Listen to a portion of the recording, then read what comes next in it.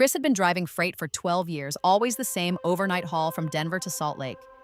He knew every mile marker, every pothole, every rest stop with a working coffee machine. The one at mile 191 was his favorite.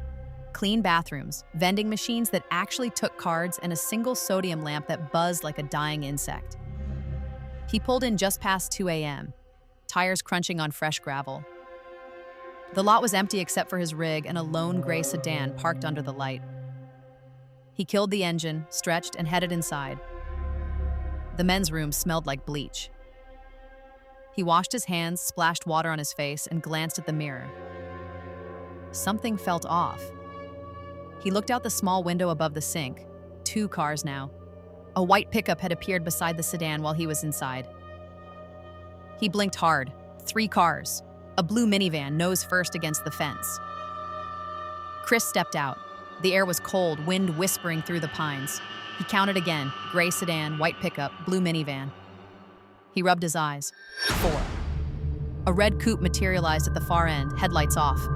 He hadn't heard any engines, no doors, no footsteps. He walked the perimeter slow, boots loud on the asphalt.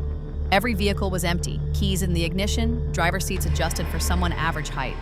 The sedan's dome light glowed faintly. Inside, a half-eaten burger on the passenger seat, still warm. The pickup had a kid's car seat in back, straps buckled like someone had just unclicked them. The minivan's sliding door hung open 2 inches, a woman's purse on the floor mat, wallet spilling credit cards. Chris pulled out his phone. No signal, of course. He counted again, 5 cars. A black SUV now blocked the exit. He blinked. 6. A yellow taxi, meter running, $47.30 frozen on the display. He jogged to the vending area. The glass door was locked, but the keypad blinked red. He punched in the usual trucker code 1234. Nothing. He looked back at the lot. 7 cars, a silver hatchback had wedged itself between the pickup and the minivan, bumper kissing bumper. His heart started to race. He forced himself to breathe slow, the way his dad taught him when he was a kid afraid of the dark. He closed his eyes for a full 3 seconds, counted 1 Mississippi, 2 Mississippi, 3. Opened them. 8 cars. A rusted station wagon, tailgate down, blankets piled inside like someone had been camping. Chris backed toward his rig. The sodium lamp flickered. When it steadied, 9 cars. A police cruiser, lights off, driver door ajar. He could see the silhouette of a hat on the passenger seat. He climbed into his cab, slammed the door, locked it. The lot stretched out in front of him like a parking garage from hell. 10 cars now, an ambulance, back doors open, gurney half extended. He started the engine. 11. A school bus, yellow paint peeling, windows fogged from the inside. He threw the truck into gear and rolled forward. The exit was blocked by a chain-link gate he'd never seen before, padlocked with a fresh master lock. He blinked. 12 cars. A hearse, black as oil, parked sideways across the driveway. Chris grabbed his CB. Dead air. He switched to channel 19, nothing but static. He looked up. 13 cars. A moving van ramped down, boxes stacked inside, labeled fragile in red marker. He killed the headlights, let the engine idle. The lot went dark except for the sodium lamp. He counted under his breath, eyes fixed on the mirror. 14. A convertible, top down, 2 beach towels draped over the seats. 15. A food truck, service window open, fryer still bubbling. He closed his eyes again, this time for 5 full seconds. When he opened them, the lot was full. 30, 40, 50 cars, every make, every color, packed bumper to bumper. Headlights began to flicker on, one by one, like dominoes. High beams swept the asphalt, blinding him. Chris floored it.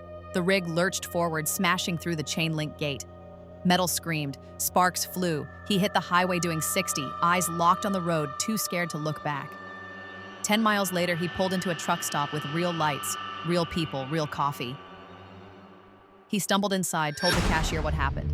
The guy laughed, said the rest stop at 191 had been closed for years. Condemned after a sinkhole swallowed half the lot in '09. Chris showed him the dash cam footage. Blank.